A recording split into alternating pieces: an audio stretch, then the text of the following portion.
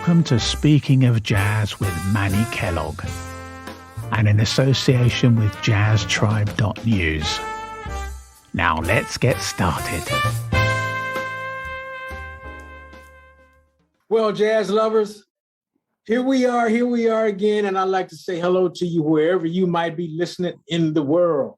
And thank you again for joining us. You're listening to Speaking of Jazz with me, Manny Kellough, and I'm your host, and I'm coming your way every week on all of your podcast platforms. Today, I have a fantastic trio, and this is the first time I've been able to interview them all at one time. I am interviewing today the fantastic 3D Jazz Trio, and I am going to get out of the way and dive right into it and welcome our guests. Please welcome and say hello to the 3D Jazz Trio. I got Amy, Sherry, and Jackie. Hi, ladies. Hello. Hi, Manny. How you guys doing? Good. How are you? Excellent. I'm doing just fantastic, and I'm so honored that you guys set aside some time to sit and laugh and talk and have a little fun for the next 35 minutes or so. You all right with that? Oh, yeah. Definitely. All right. Well, you know, I have listened to some of the things that you've played, and I just get elated and make me smile every time I look at you. And Hey. Sherry, I saw you. You know, I love doing brushes, and you make me want to take my brushes and throw them in the ocean. So, Well, you can use them as flippers. Yes. you know, Gives you a little extra buoyancy. You'll make me want to do that. You know, I'm going to dive right in, and I want to find out some particulars. Where are you guys from, and how did the group get started? Go ahead, it's your show. Sherry. Whoever wants to talk first. Sherry. Okay. Well, since I'm the oldest. Well, I was born in the great city of Buffalo, New York. I grew up in a town called Endicott, New York. It's in the middle of New York State. In the mid-'80s, I moved to New York City. And then a few years ago, moved to the Philadelphia area, and always wanted to be a drummer my whole life since I saw Buddy Rich when I was 11 years old. Okay. And I did not know that one of the greatest gigs of my life would be with Amy Shook and Jackie Warren until it happened. Yeah. I met Amy at least 10 or 12 years ago, maybe more. And we played one song together at Jeff Antoniak's jazz camp, I think. Yeah. And we played a couple notes together, she and I, and looked at each other and had googly love eyes because of the way we felt the beat. And then we didn't play together for years and years. And then we were together in a great show with wonderful Mr. Maurice Hines in his autobiographical theater production called Tapping Through Life. Yes. Started at Arena Stage in Washington. And then Amy and I both traveled with the show quite a bit. Really? We headed to Cleveland, and we needed a pianist, and the whole universe said, you have to call Jackie Warren. And called Jackie Warren, and we started playing together, and it was just like, you know, we had been doing it for many, many lifetimes over. Just Fantastic. Jackie, now let's I'm going to skip Amy for right now and He's bring her in already. later on. Jackie, talk to me. How did you get started, and where are you from? I'm from Colorado, actually, okay. way out in the middle of nowhere, Manny. I mean, it's like about 45 miles east of Colorado Springs, out on the plains. We're talking country music, kids graduating in their cowboy hats and very, no stoplights in the town and all that. No jazz. No jazz. However, my parents both played piano, and so I learned from them. My mom was actually my first formal teacher. God bless her. She had a lot of patience. But, all my brothers and sisters play as well. So grew up playing and watching them, and got lucky. A friend of mine, and actually my best friend in the town, was taking lessons from a professional teacher in Colorado Springs, the big city. And so he was playing the blues one day. And I'm like, well, I want to do that. So I kind of got into that. And then once I lined up with that teacher, which my mom drove me to every week, every Monday we had a lesson. That's the particular teacher who played me my first Oscar Peterson record. And then I was hooked. I was like, it's all over. Yeah. And I ended up in Ohio going to music school at Oberlin Conservatory for classical music. But of course I was trying to, all I want to do is improvise basically. So kept getting into it, and then fast forward to when the Maurice Hines show came to town, and Sherry called me, and I finally answered the phone. Right. Played hard to get, that's for sure. Well, it wasn't on purpose. I had a lot of gigs, but like from note one at this rehearsal, and Sherry wasn't even playing drums at the rehearsal. It was in the she was just playing her drumsticks and conducting everybody. And me and Amy hit it off from the first note because the piano had a note on it like this. And I was like, I'm the piano. Pianjo, yes. And so we started laughing. But the groove was there right away. And then Sherry's conducting and just playing sticks on the music stand. And I'm like, this is gonna be good. I didn't even know how good. So was that the first time you guys played together as a trio, as a group at the arena stage? Well, not arena stage, but Cleveland Playhouse. Okay. Yeah, because Sherry and I had played at arena stage, but there was a different pianist at that time.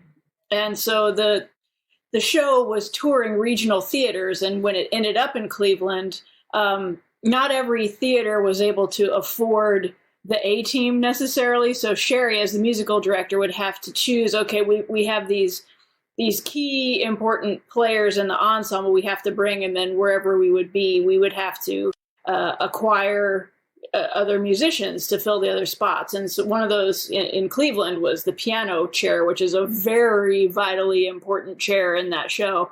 Okay. And we found Jackie. Yeah. And then ever since, it was, we were the core of that ensemble for the show.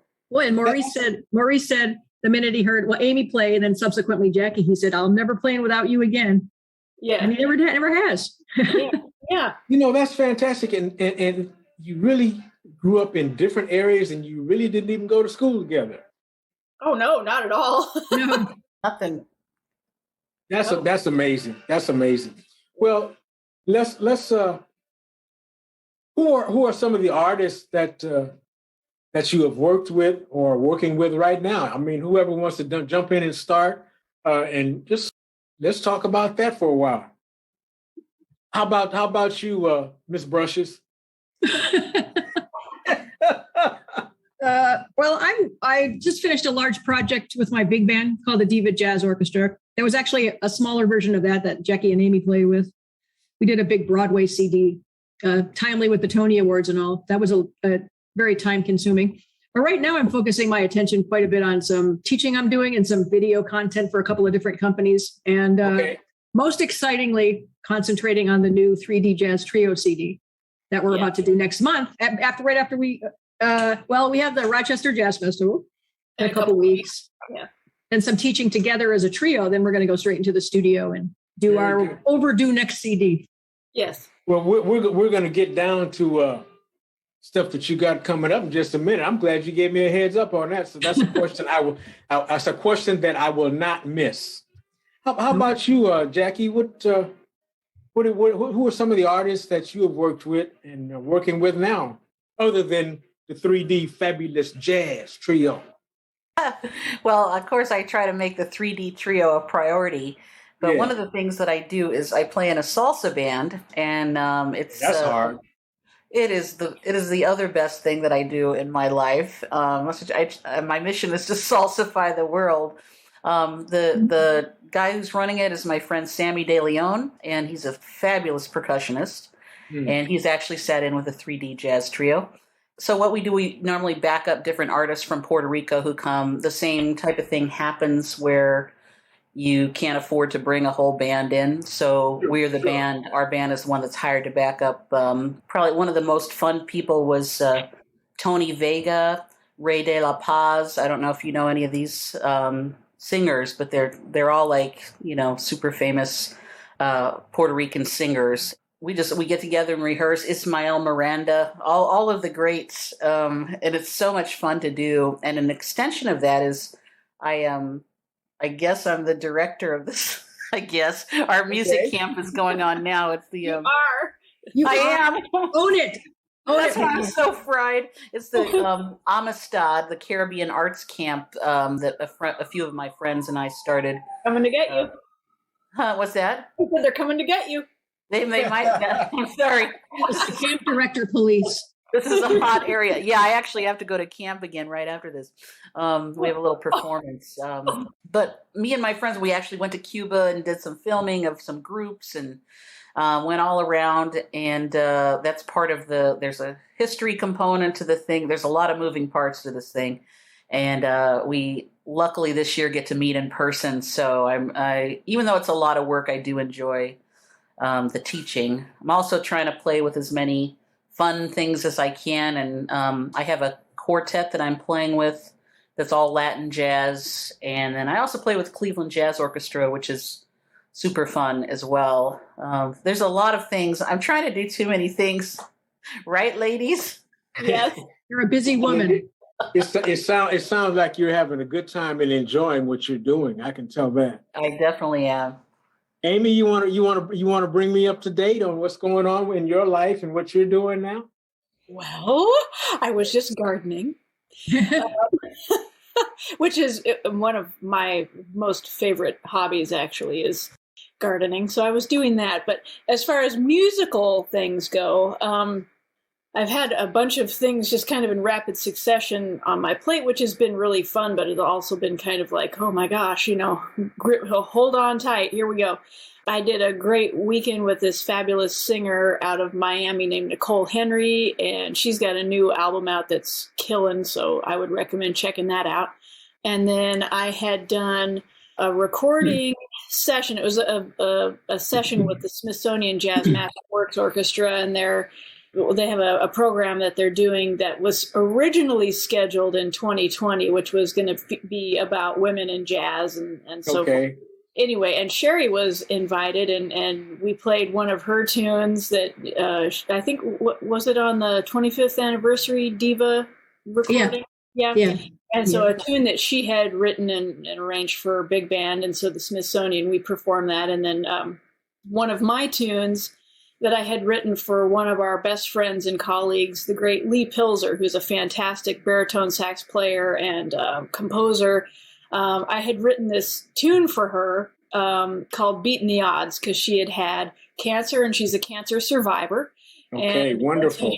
She took that tune. I know, right? She took my tune and then arranged it. So we were able to perform and record that as part of this program. And then after that, I just recently, this was last Tuesday, I guess it was, I was in the studio playing the smaller strings. I was playing violin and viola for auxiliary string kind of, background string for this really great new band that's starting I think they're called Mammal Talk. Anyway, it's a killing band, like a rock funk kind of band. And they had sent me a bunch of tracks because they wanted strings written for the tunes. Anyway, so I spent the weekend writing string parts and then went in and recorded them on their tracks on Tuesday of this last week. So that's kind of, to sum up, that's what's been happening.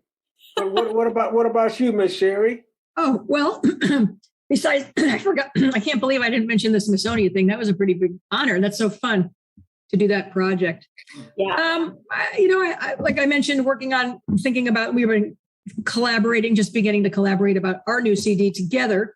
Mm-hmm. And then I'm also working on a project with Divas going on the road with the Manhattan Transfer in the fall. Whoa. And in the spring of 2023 for their 50th anniversary. So working on some of the music for that. And that's not a little bit in the future, but that's really exciting to work with a band like that. Fantastic. And lots of little things, lots of little stuff. Now, the next time that y'all are doing something, I'm going to start crying if I'm not invited. I'm just telling you like it is. You're invited always. You're always invited. Well, where are you, Manny? How can we come and get you? Can we come play at your house? Yeah.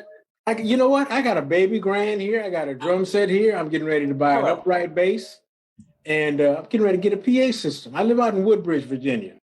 Okay. Let's do it.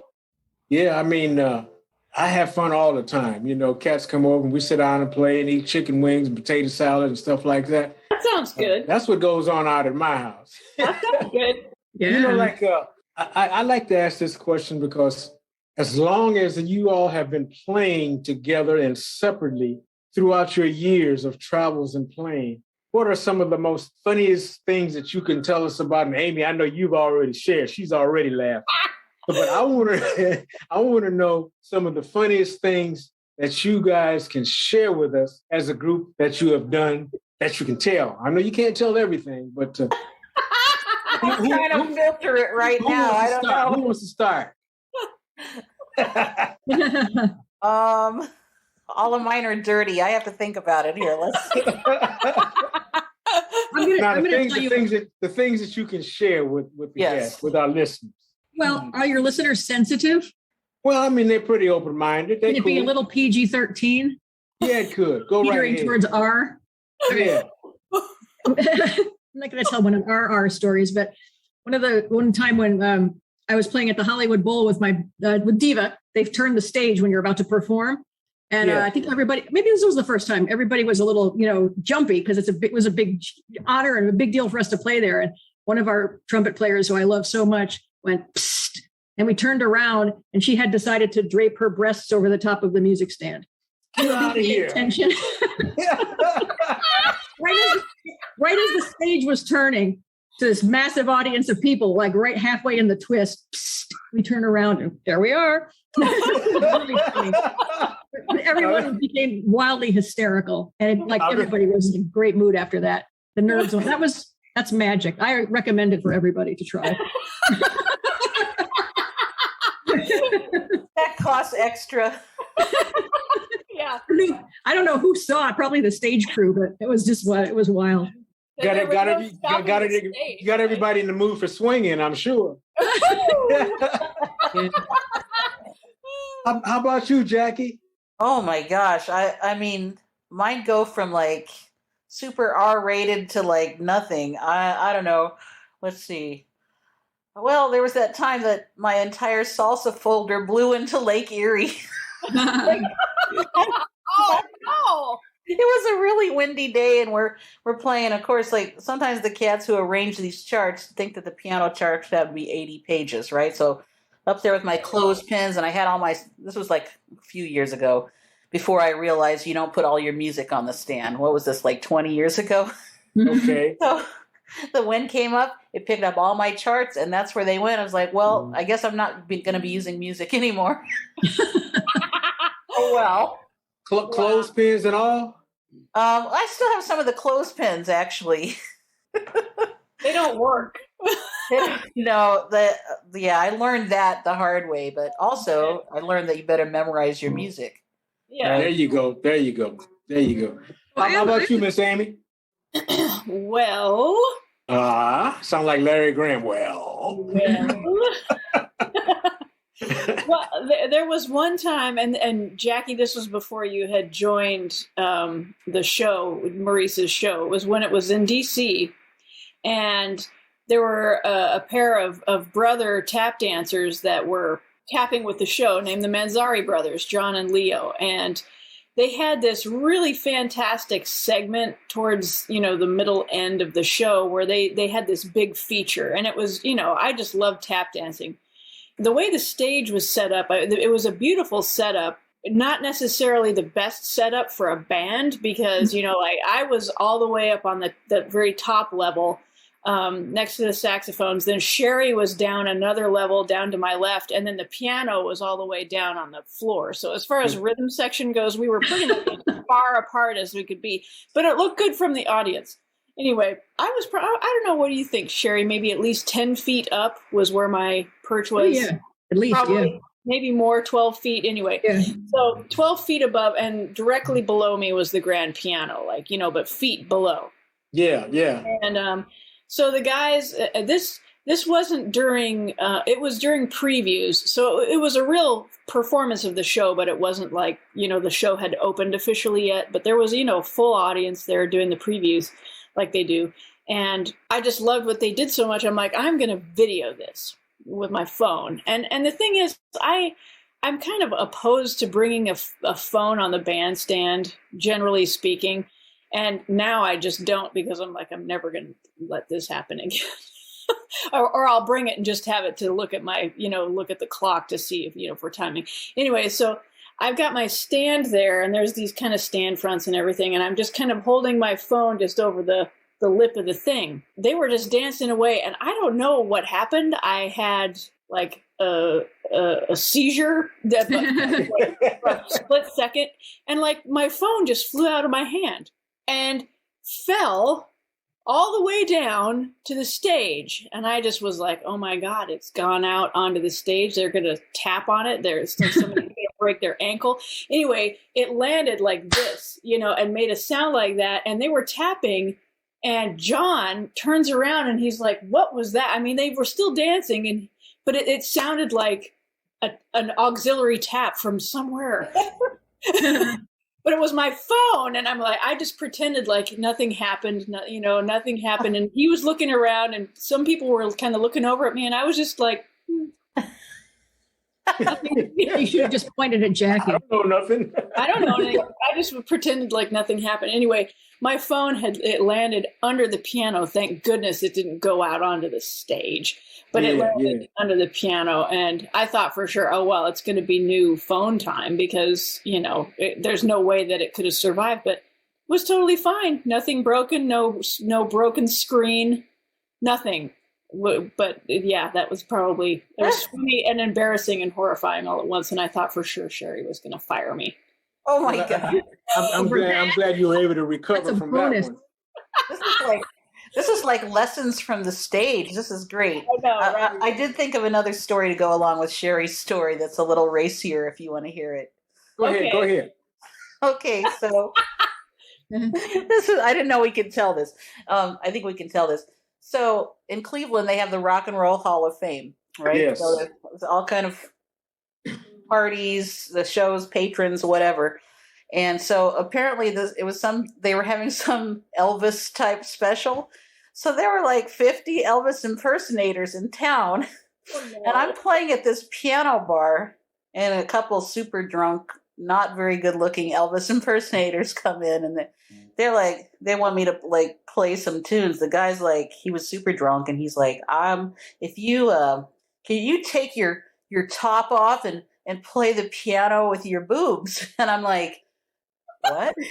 Really? And then I was like, but I was quick. I was like, yes, it'll be $1,000 per breast. And then the guy shut up. That's good for you. Now you know what? If come up with the money. I was getting ready to say that. You're lucky he didn't come out of his wallet with the money. Oh, man. Who knows what would have happened next? Probably couldn't tell that on the show. I don't know. That's a good laugh right there. I'm going to jump in here and just remind our listeners that you are listening to Speaking of Jazz with me, Manny Kellough, and I'm your host. And I'm coming to you each week with different guests. And like this week, I have the fantastic 3D Jazz Trio. And again, I'd like to thank everyone for listening. And if you'd like to be a guest on my show, please email me at speakingofjazz.guest@gmail.com. That's speakingofjazz.guest@gmail.com. Leave all your information, and I promise you I'll get right back to you. Anyway, I'm going to stop talking. I got more to go. So we got to dive right back in here with the 3D Jazz Trio. And my next question to you ladies is, you started it earlier, Sherry. So what are you currently working on? And are you planning any tours? I know you guys stay busy. So let's talk about that for a bit. How about it, Lady Brushes? Well, that's your new name. You got it now. The third time's the charm, so everybody gets excited about our new CD. Everybody listening, it's coming at you. So we're taking requests for what you think we should record. Okay. And it's $1,000. Is there a title for it yet?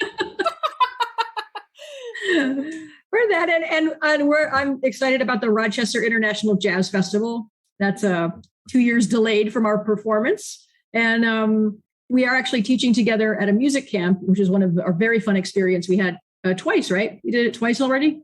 Yeah. Yeah, back in Maryland Summer Jazz, an adult jazz camp.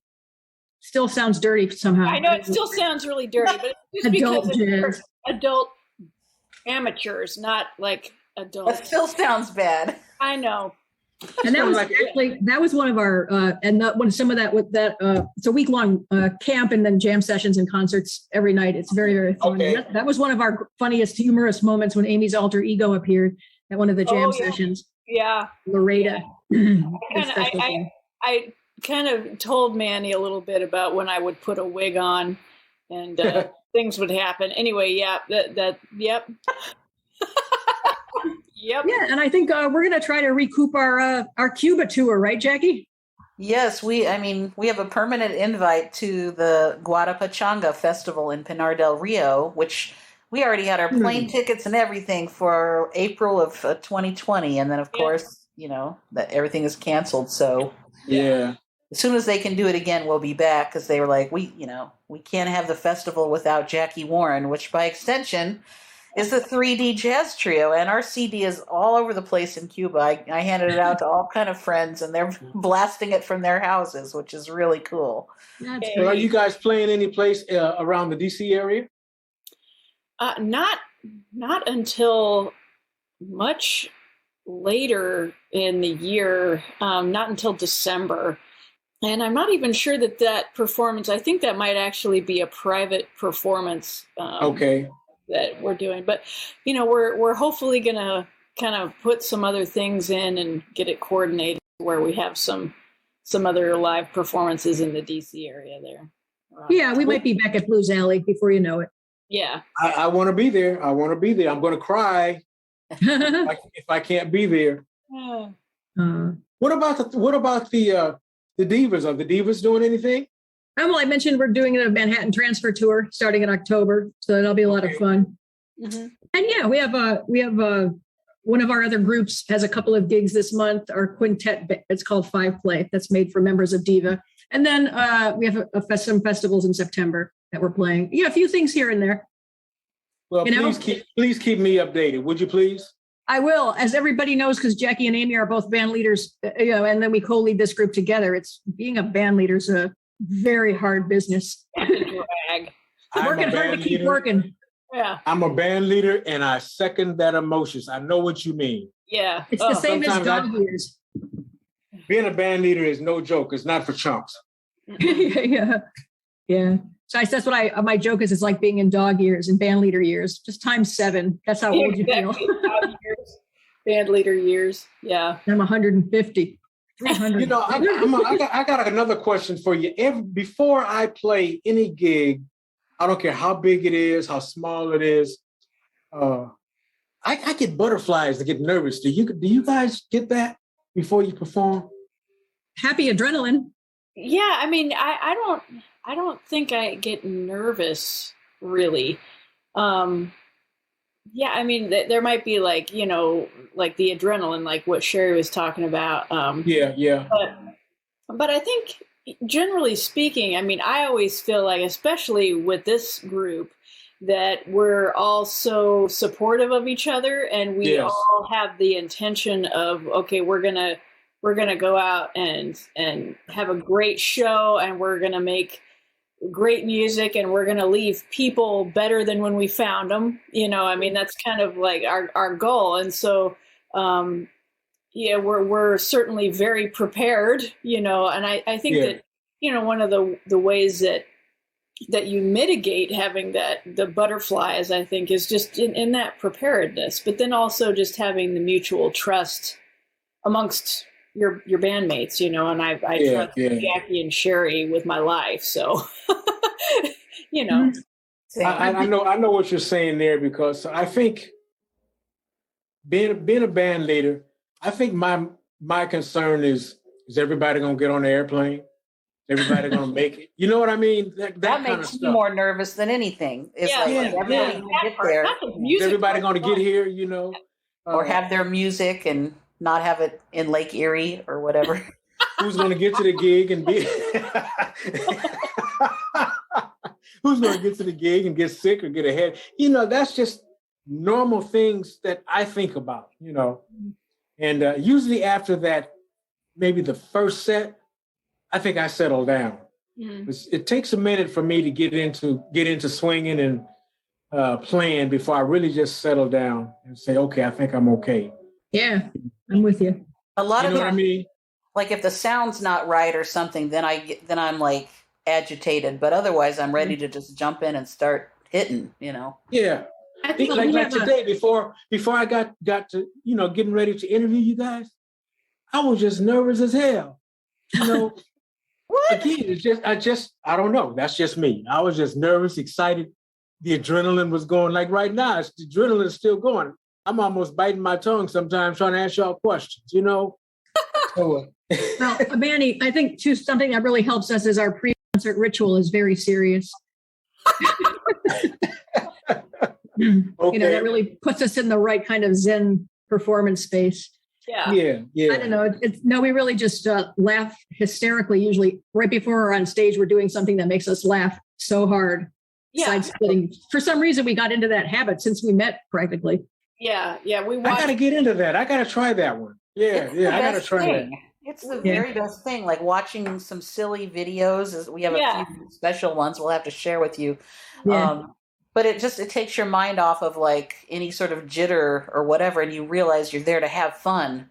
Yeah. You got to make the gig, do the performance, do a good job, but you're also just there to enjoy it. So That's right. Yeah, I can relate to that.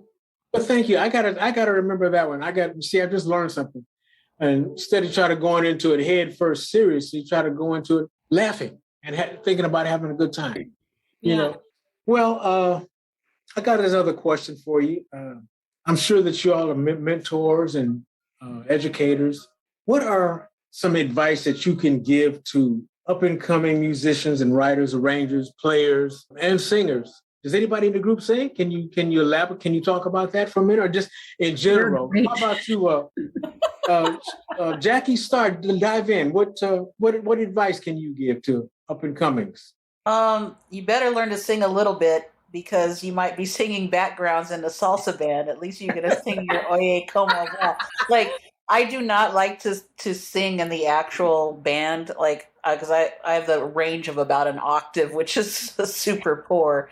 But, like just teaching at the Caribbean camp, the kids, they're all scared to sing. So if they don't see the teacher singing, you got to sing. So I'm singing all my choros, and I'm, my Spanish isn't perfect, but I certainly try. So I would say that goes along with, advice to give people is just don't be afraid to try your best and have a great attitude. Like, I'm going to go out and make music and support the music and be true to my mates, as well as uplift the music. That's the number one thing, and then everything else will follow.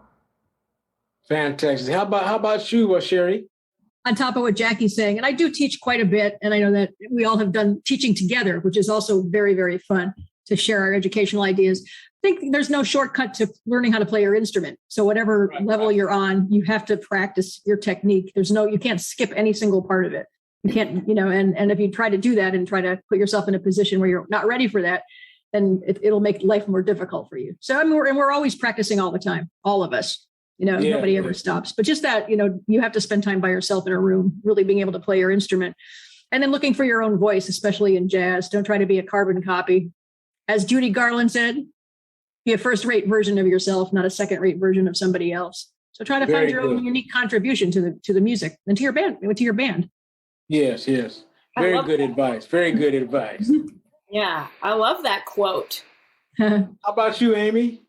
Well, everything that they just said, certainly. But, like what Sherry said in regards to there not being any shortcuts. And, when you try to take a shortcut, it can make it to where you end up having to unlearn the shortcut because you just develop really bad habits, and so in the long run, it's better to just take your time and just spend the time, because the thing, not just with music, but anything in life that is important and is worth it is not usually something that just happens in a flash. It's something that usually takes time, whether it's music or, like for me, gardening, you can't, you can pay to have an instant garden, I guess, but, ultimately, the time that it takes to develop, how things kind of grow and work together. It takes time. It can take many seasons, and that's certainly applicable to music,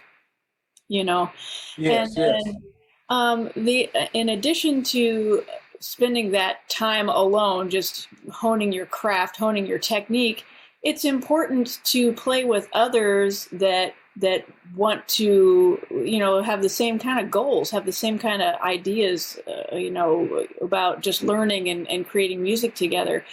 And it's vitally important, I think, especially with jazz, that if you're learning to play it, you need to listen to it. There you go. Yes. It's not something that, you can have the fake book or the real book or lead sheets or whatever, but that's not the music. That's just kind of like you're reading a map, but that's not the music part of it. That's just, this is kind of just the story, but you got to fill out the story. But if you don't know how to, like, if you don't have language, you can't tell a story, That's right. And one of the ways that you get that language, well, the way I think that you get the language is by listening. And, I understand that maybe for some young ones, especially, maybe jazz is not their favorite music to listen to, but they're being forced to play, jazz band or whatever. But if it's not your favorite, what is your favorite music, and can you play along with it? Can you learn it? Learn it, and then take that same application with jazz. I mean, I know for me personally, I love jazz. I love to listen to jazz. Yeah, me too. I spent so much time listening that when I was in a situation where, like a jam session where someone calls a tune and I maybe had never played it before in my life, but I had heard it a bajillion times because I had listened to Miles Davis over and over, I knew how the song went, even though I'm, might not have ever played it. And it, was really great ear training because I had to figure it out in the moment, but still having that concept of the music by listening to it, and right. Yeah. do it not just to learn it, but because, to enjoy it, try to, get some enjoyment from what you're trying to learn. Because if you don't like it, then why are you doing it? Right. I know just what you're saying. Yeah. I love to listen, even like now. I don't know if you guys can hear, but I have jazz playing in the background. I can hear something, yeah. Can you hear that? Yeah, that's it in the background. And it's going on all the time, and that's almost one of my ways of staying on top and knowing what's out there. Again, knowing tunes. Mm-hmm. I think that I probably know about 500 tunes rhythm-wise, mm-hmm. and I probably know about probably forgotten about 500 tunes, Mm-hmm. So it works both ways, You guys are just knocking me out because I'm just enjoying this moment that we're having today. My last question, and Amy, don't give this one away. I asked Amy this already, okay? So I don't remember. I'm going to start with Sherry on this one. What is jazz to you, Sherry? It's one of the greatest, it's a calling for one. I think it's to quote John Batiste when he won his Grammy Award, which I really thought his speech was one of the most beautiful things I'd ever heard, and his gratitude about the music and being called to it in a special way. I don't think it's something that anybody goes to, I'm going to make a living being a jazz player. I don't think that ever crosses any single person's mind. You just love the music and you're so drawn to it. Right. It is literally a calling. So it's that. And then within that, there's limitless possibilities within the music that I think it lends itself to people being their creative best selves as individuals and together, especially if you find the right bandmates, like the three of us have found each other. In those circumstances, there's nothing better to connect you. If there are higher versions of ourselves and higher vibrational frequencies, this is a music that will get you there. And I think being drawn to that is part of the experience of being spontaneous creators of music together. And it's all of those things. It's very spiritual. It's not just, not just rudiments. Yeah, exactly. I hear you. and chop. Jackie, how about you? Tell us what is jazz to you, Jackie? The same exact answer as Sherry, except for I'll say it in a different way. First of all, it's freedom. Yeah. You can do like once you know some of the rules, at least you can do express yourself and do what you feel, as opposed to I went to classical music school and I loved all of that, but I'm like it's restrictive because these days classical musicians aren't technically supposed to improvise, or it's nobody knows how to do it in that style. I shouldn't say nobody. There's a couple people I could hip you to if you're not. But for the most part, sort of being locked in that world and then realizing that you can have this complete freedom to express whatever you want. That's jazz to me, number one. Number two, I mean, it is like always like in the hospital, and they're like, in case they're worried something's going to happen to you, they have to ask you, what are all your plans or whatever, and what's your religion? And I'm like, well, jazz. And they're like, what? What are you talking about?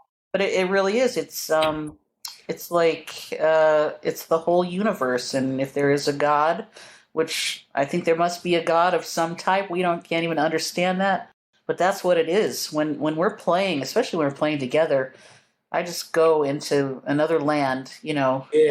You all know that same land because we're all there together. But it's like it's an amazing spiritual journey, a calling. Okay. It's all the things you are to me. That's a nice tune. Amy, how about you? You want to be the anchor person and sum it all up? Well, okay, everything that they just said. Okay. And I don't even remember what I told you before, but I still feel like for me, jazz is everything. I mean it's the creativity, it's collaboration, it's oxygen. It's something that